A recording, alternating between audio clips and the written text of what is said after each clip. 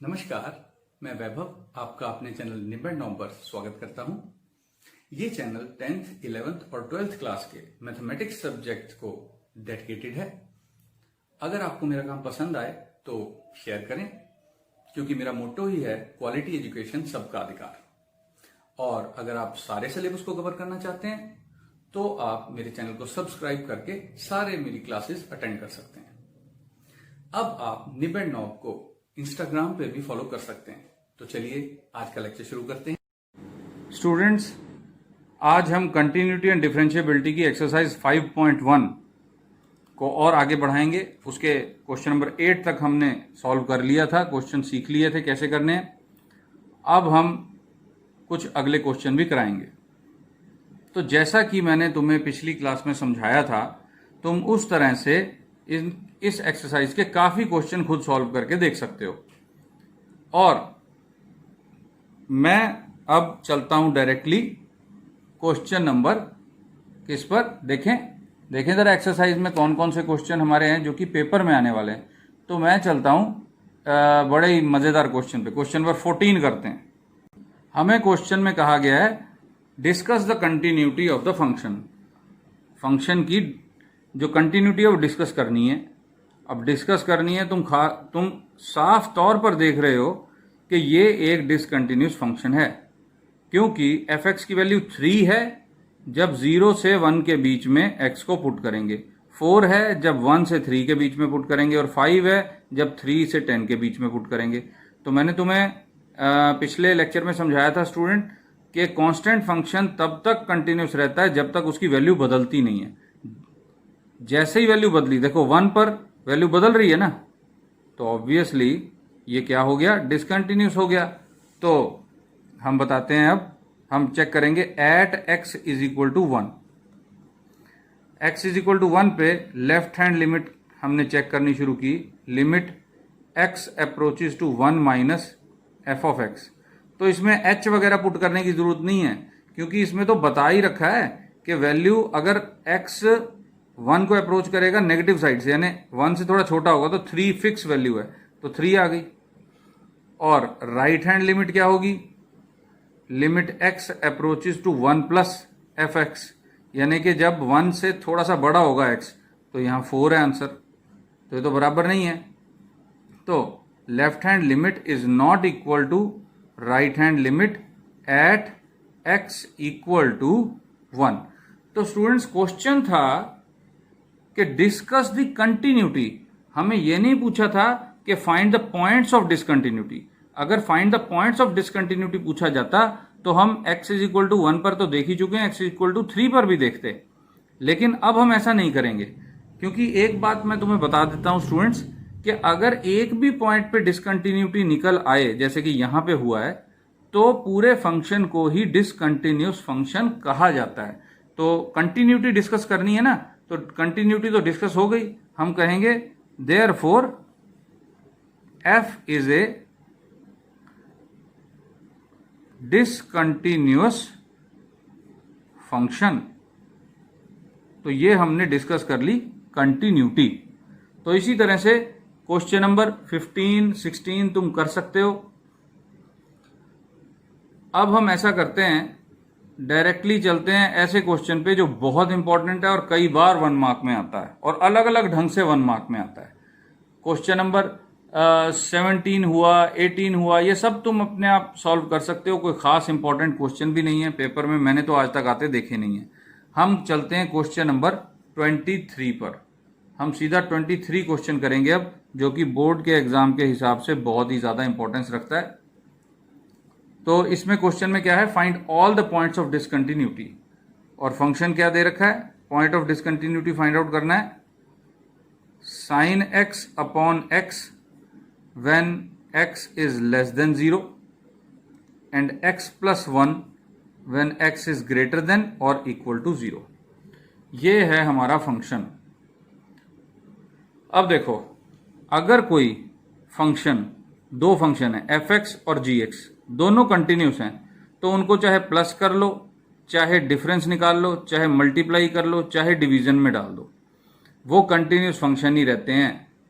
यानी कि F x upon जी x F upon जी भी कंटिन्यूस फंक्शन ही रहेगा अगर एफ और जी दोनों कंटिन्यूस हैं अपनी अपनी डोमेन में। तो देखो साइन एक्स एक कंटिन्यूस फंक्शन है, अगर एक्स को अलग से देखा जाए पॉलिनोमियल फंक्शन है तो एफ अपॉन जी वाली बात हो गई ना, तो ये तो कंटिन्यूस रहेगा।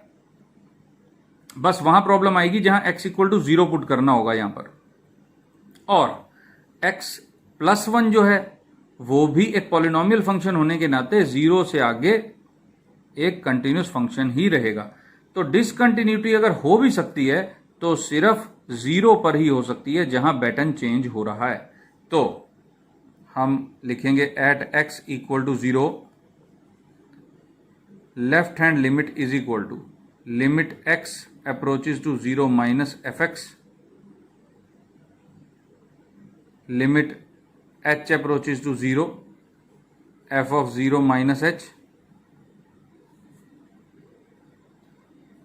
is equal to limit h approaches to 0। अब 0 माइनस h ऑब्वियसली 0 से तो छोटा ही है, तो x लेस देन 0 इसमें पुट होगा। साइन 0 माइनस h को मैं अकेला माइनस h लिख रहा हूं, माइनस h।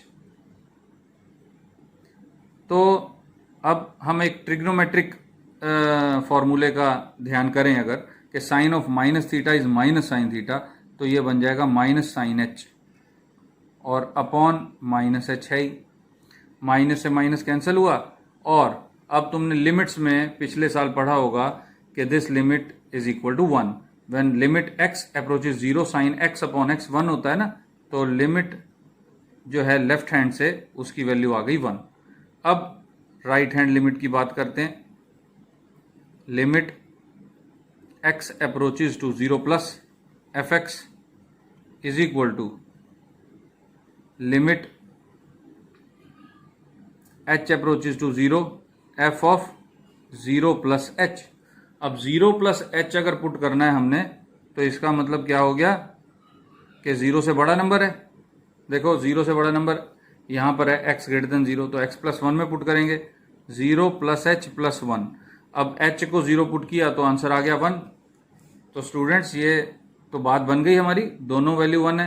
एक बात और रह गई, f ऑफ 0 फंक्शन की वैल्यू उस पॉइंट पर यहां से पता लगती है, देखो जरा समझ में आता है। x इक्वल टू 0 तो यहां पर है, यानी 0 plus 1, 0 plus 1 is equal to 1।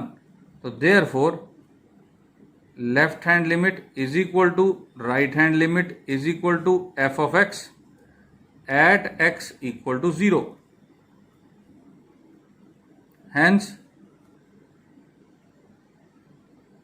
Hence मतलब क्या, क्वेश्चन क्या पूछा हुआ था? क्वेश्चन पूछा हुआ था स्टूडेंट्स के इसके पॉइंट ऑफ डिसकंटिन्यूटी निकालो। तो ये तो कंटिन्यूस फंक्शन हो गया, हेंस एफ इज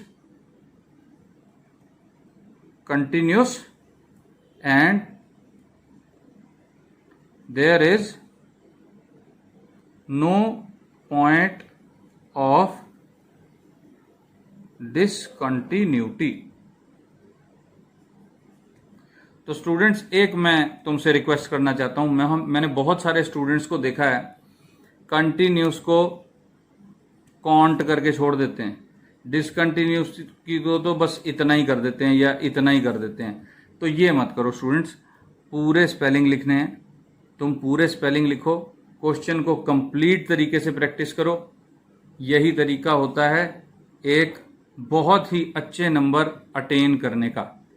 मतलब 100 में से 100 अटेन अगर करना है तो तुम्हारी आदत होनी चाहिए कि कोई भी चीज़ करो तो उसको कंप्लीट करो। प्रैक्टिस भी करनी है तो क्वेश्चन की कंप्लीट प्रैक्टिस करो। तो इसी के तहत आता है कि कंटिन्यूटी है, डिसकंटिन्यूटी है, ऐसे वर्ड जब भी आए तो कंप्लीट लिखो, अधूरे मत लिखो। तो अब हम चलते हैं अगले क्वेश्चन की तरफ जो कि एग्जाम पॉइंट ऑफ व्यू से बहुत ज़रूरी है। तो हमारा क्वेश्चन है students, find k if function f x is equal to k cos x upon pi minus 2x when x is not equal to pi by 2 and 3 when x equal to pi by 2 is a continuous function। हमें ये बता रखा है students के ये function continuous है, तो k की वैल्यू हमने पता करनी है। तो उसके लिए हम क्या करेंगे, ऑब्वियसली हम पहले गिवन लिखेंगे, given f x equal to k cos x upon pi minus 2x when x is not equal to pi by 2 and 3 when x is equal to pi by 2। ये हमारा फंक्शन है और ये continuous function है। तो जब ये continuous function है इसका मतलब ये हुआ कि जब यहाँ बटन चेंज होती है पाई बाय 2 से पाई बाय 2 नॉट इक्वल से इक्वल पर, तो इन दोनों की वैल्यू बराबर रहती है। यानी कि पाई बाय 2 माइनस एच पे भी यहीं पुट करेंगे हम और पाई बाय 2 प्लस एच पे भी हम यहीं पुट करेंगे।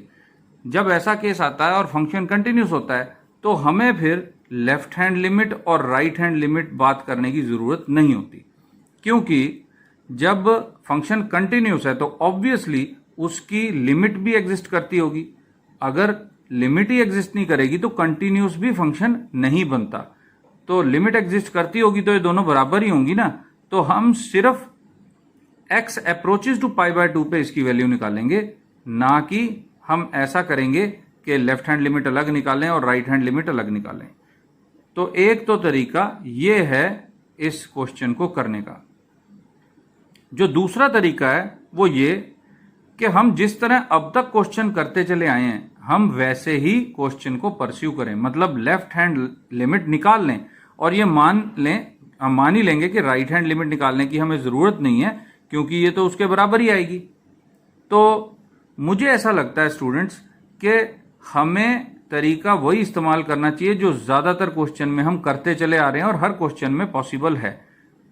तो मैं वही करूंगा, at x equal to pi by 2 left hand limit is equal to.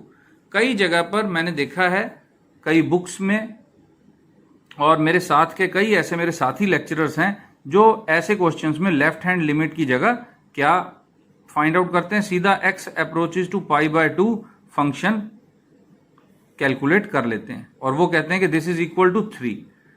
ऐसा भी कर सकते हो, वो तरीका भी ठीक है, लेकिन मेरी अपनी पर्सनल राय ये है कि कंटिन्यूटी के सारे क्वेश्चन जो 5.1 एक्सरसाइज में हैं वो सारे के सारे हम लेफ्ट हैंड लिमिट इस तरह से परस्यू कर सकते हैं। तो हम अपना मेथड क्यों चेंज करें, हम अपना मेथड वही रखेंगे लेफ्ट हैंड लिमिट वाला, क्योंकि ये भी गलत थोड़े ना है। तो लेफ्ट हैंड लिमिट क्या होगी, x approaches to pi by 2 minus f of x which is equal to h approaches to 0 f of pi by 2 minus h। ठीक है स्टूडेंट्स, यही इसी तरह कर रहे थे हम क्वेश्चन। तो पाई बाय 2 माइनस एच का मतलब है कि जो नंबर हम पुट कर रहे हैं फंक्शन में ये पाई बाय 2 के बराबर नहीं है।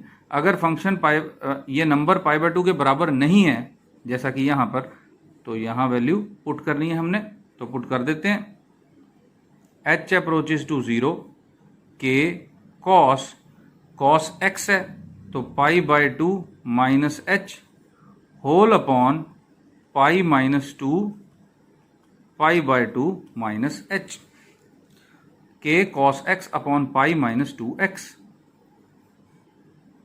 तो इसको थोड़ा सिंप्लीफाई कर लेते हैं, लिमिट h अप्रोचेस टू 0 के ये आ जाएगा साइन h। ठीक है students, cos pi by 2 minus theta sine theta. अब ये ब्रैकेट खुलेगा तो क्या बनेगा, pi minus pi plus 2h। ठीक है स्टूडेंट्स, ब्रैकेट खुल गया, ये माइनस था तो दोनों के साइन चेंज हो गए, तो ये बन गया limit h approaches to 0 k by 2 अलग कर देते हैं क्योंकि पाई माइनस पाई कैंसिल हो गया, ये 2 है ये अलग हो गया, तो हमारे पास आ गया साइन h अपॉन h। तो साइन h अपॉन h तो 1 होता है, तो इसकी वैल्यू क्या आ गई लिमिट की, लेफ्ट हैंड लिमिट की k बाय 2 इंटू 1। तो इंटू 1 हमें लिखने की जरूरत नहीं, k बाय 2। तो left hand limit k by 2 है। ऑब्वियसली जब क्वेश्चन हमें कह रखा है कि कंटिन्यूस है तो राइट हैंड लिमिट भी k बाय 2 आएगी, तो वो कैलकुलेट करने की हमें जरूरत नहीं है। अब हम कहेंगे now f of pi by 2, function की वैल्यू पाई बाय 2 पे कितनी दी हुई है, देखें जरा क्वेश्चन को, पाई बाय 2 पे 3 दी हुई है, तो दिस इज इक्वल टू 3। अब हम लिखेंगे since f is continuous we get left hand limit is equal to f of x at x equal to pi by 2, यानी कि k by 2 is equal to 3 which is equal to k is equal to 6। तो ये आ गई k की value और question हो गया solve. तो इसी तरह तुम क्वेश्चन नंबर 27, 28, 29 ये सारे कर सकते हो। अब हम आते हैं क्वेश्चन नंबर 30 पर। तो ये है स्टूडेंट्स हमारा क्वेश्चन नंबर 30 एक्सरसाइज का। क्वेश्चन क्या कहता है कि फंक्शन है ये और ये कंटिन्यूस फंक्शन है। क्वेश्चन में बताया हुआ है कि this is a continuous function, then find the value of a and b। तो फंक्शन क्या है? फंक्शन की वैल्यू 5 रहती है। अगर x हम 2 या उससे छोटा पुट करें, 2 और 10 के बीच में नंबर पुट करेंगे तो फंक्शन की वैल्यू ax प्लस b हो जाती है। और फंक्शन की वैल्यू अगर 21 हो जाती है अगर हम x 10 से बड़ा या 10 के बराबर पुट करें। तो यहां पर a और b की वैल्यू उसी तरह निकलेगी कि अगर हम कंटिन्यूटी चेक करते हैं 2 पर और 10 पर। देखो कैसे, हम कहेंगे at x equal to 2 left hand limit is equal to x approaches to 2 minus f of x, limit h approaches to 0 f of 2 minus h। तो 2 माइनस एच पे कितना है? 2 से कम 5 के बराबर, कैलकुलेशन की जरूरत ही नहीं है, कांस्टेंट है। फिर राइट हैंड लिमिट कैलकुलेट करते हैं। राइट हैंड लिमिट में हम कहेंगे limit x approaches to 2 plus f of x is equal to limit h approaches to 0 f of 2 plus h is equal to 2 plus h मतलब 2 से बड़ा number. 2 से बड़ा नंबर तो यहां पर है यानी ए एक्स प्लस बी। तो limit h approaches to 0 a x की जगह 2 प्लस एच प्लस बी। तो एच को 0 पुट कर दोगे तो राइट हैंड लिमिट कितना हो जाएगा? 2a plus b. तो 2a प्लस बी। अब क्वेश्चन में क्या रखा है कि फंक्शन तो कंटिन्यूस है, तो तुम कहोगे since f is continuous we get। Function continuous है इस वजह से क्या होगा, ये 2a प्लस बी और 5 left hand limit right hand limit की वैल्यूज बराबर होंगी। 2a plus b is equal to 5। तो एक इक्वेशन ये बन गई। और अब तुम समझ गए होगे क्या करूंगा मैं, एक इक्वेशन और बनाऊंगा। तो 2a plus b is equal to 5 एक इक्वेशन आ गई। वो कैसे आई? जब हमने x इक्वल टू 2 पर लेफ्ट हैंड लिमिट देखी और राइट हैंड लिमिट देखी। अब हम किस पे देखेंगे? ऑब्वियसली 10 पर। तो चलो देखते हैं। At x equal to 10 left hand limit is equal to, left hand limit 10 पे देख रहे हैं तो लिखेंगे x approaches to 10 minus f of x is equal to limit h approaches to 0 f of 10 minus h is equal to, या यहां पे equal to कितना आएगा? देखो 10 से छोटा नंबर है ना 10 माइनस h, तो ax प्लस बी में पुट करेंगे तो limit h approaches to 0 a x plus b, ax plus b. तो h को 0 पुट किया तो लेफ्ट हैंड लिमिट आ गई 10a प्लस बी। अब राइट हैंड लिमिट की तरफ चलते हैं हम। Right hand limit is equal to limit x approaches to 10 plus f x equal to limit h approaches to 0 f of 10 plus h। तो 10 plus h, देखो function को एक बार फिर देखो। 10 प्लस h का मतलब है 10 से बड़ा नंबर यानी 21 है, फिक्स है नंबर। तो यहां पे मैं लिखूंगा 21। तो सिंस, मैं फिर लिख रहा हूं, since f is continuous we get 10a plus b is equal to 21। तो 10a plus B equal to 21 एक इक्वेशन है, और एक और इक्वेशन थी 2a plus b is equal to 5। तो मैं ये इसके नीचे लिख लेता हूं 2a plus b is equal to 5 from 1, equation number 1 से लिखा। तो क्योंकि b के कोफिशिएंट बराबर हैं, हम माइनस कर देते हैं, तो b से b cancel, 8a is equal to 21 minus 5 16। यहाँ से a की वैल्यू आ गई 2, a की वैल्यू 2 आ गई। अब हम 1 में पुट कर देते हैं, put a is equal to 2 in equation number 1। तो 2 into a plus b is equal to 5 means 4 plus b is equal to 5। Obviously अब कितनी वैल्यू आएगी भाई, therefore b is equal to 1। तो a और b दोनों की वैल्यू आ गई और ये क्वेश्चन हो गया कंप्लीट। तो स्टूडेंट्स एक्चुअली मेथड यही है लिमिट्स कैलकुलेट करने का, बस फर्क क्या है, फर्क सिर्फ इतना है कि किसी में कांस्टेंट तुमने पता लगाने हैं, कहीं तुमने डिसकंटिन्यूटी डिस्कस करनी है, कहीं तुम्हें point of discontinuity find out करने हैं, लेकिन मेथड यही रहेगा। तो अब हम ऐसा करते हैं कि एक कंटिन्यूटी चेक करने का या किसी एक खास तरीके के क्वेश्चन को सॉल्व करने का तरीका सीखते हैं। ये देख रहे हो students question, sine mx upon nx when x not equal to 0, k when x equal to 0। ये 1 मार्क में कई बार आया है क्वेश्चन मल्टीपल चॉइस में, और हमें कहा होता है कि k की वैल्यू निकालो अगर ये फंक्शन कंटिन्यूस है। तो इसको सॉल्व करने के लिए ज़्यादा कोई लंबा चौड़ा मेथड नहीं है, स्ट्रेट फॉरवर्डली k की वैल्यू आएगी m अपॉन n। ये याद रखो, ऊपर वाला नंबर ऊपर और नीचे वाला नंबर नीचे। ये k जो है ये इसी के बराबर आएगा।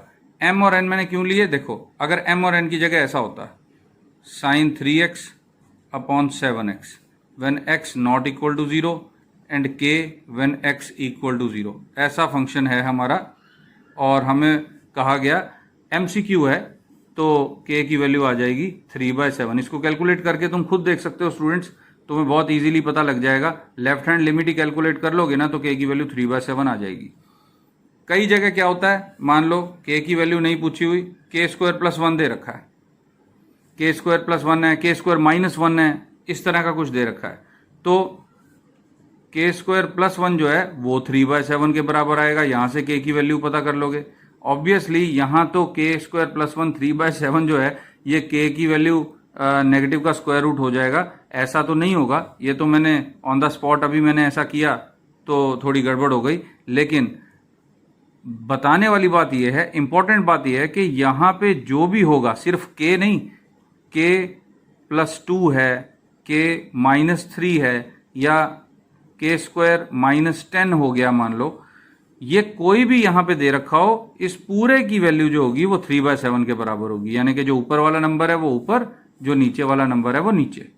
तो अगर k स्क्वायर माइनस 10 है, हम इसको छोड़ देते हैं k स्क्वायर प्लस 1 को, चलो k square minus 10 is equal to 3/7 है, तो k की वैल्यू ऑब्वियसली तुम निकाल सकते हो। यहां से k स्क्वायर कितना हो जाएगा 3/7 प्लस 10, यानी कि 3 प्लस 70 अपॉन 7। तो k square is equal to 73/7, तो k की value plus minus under root 73/7। इस तरह से सॉल्व कर सकते हो। वैसे क्योंकि ऑन द स्पॉट क्वेश्चन मैं बना रहा हूं, इस वजह से ऐसी अजीब सी वैल्यूज आ रही हैं, अदरवाइज k की वैल्यूज कैसी आती हैं, प्लस माइनस 3, प्लस माइनस 2, 0, 1, इस तरह से। 0 तो नहीं आएगी, सॉरी, क्योंकि यहाँ पे 0 नहीं बन सकता। तो स्टूडेंट्स तुम्हें बेसिक आइडिया हो गया होगा, यहाँ पर साइन mx अपॉन nx हो और यहाँ कोई कांस्टेंट हो, कांस्टेंट किसी भी रूप में हो सकता है, जैसे स्क्वायर प्लस 1, 2k प्लस 3, कुछ भी हो सकता है। वो सारा कांस्टेंट इसके बराबर रखकर, m अपॉन n के बराबर रखकर तुम k की वैल्यू फाइंड आउट कर सकते हो। तो ये है 1 मार्क का क्वेश्चन जो बहुत बार पेपर में आया है और आता ही रहेगा। तो मुझे लगता है कि जितनी हमने कंटिन्यूटी दो क्लासेस में कवर की है, आई थिंक बहुत है। इससे ज़्यादा की बोर्ड के पेपर में आने भी नहीं वाली, और बेसिक कंसेप्ट अच्छी तरह से मैंने कोशिश की है कि तुम्हें समझ में आ जाए कि कंटिन्यूटी क्या होती है। तो अगली क्लास में हम डिफरेंशिएबिलिटी पे चलेंगे। तब तक स्टूडेंट्स अपनी कंटिन्यूटी की एक्सरसाइज को यानी कि 5.1 एक्सरसाइज को पूरी तरह से सॉल्व करने की कोशिश करना, सीखना। मेरी तरफ से best of luck. Thank you.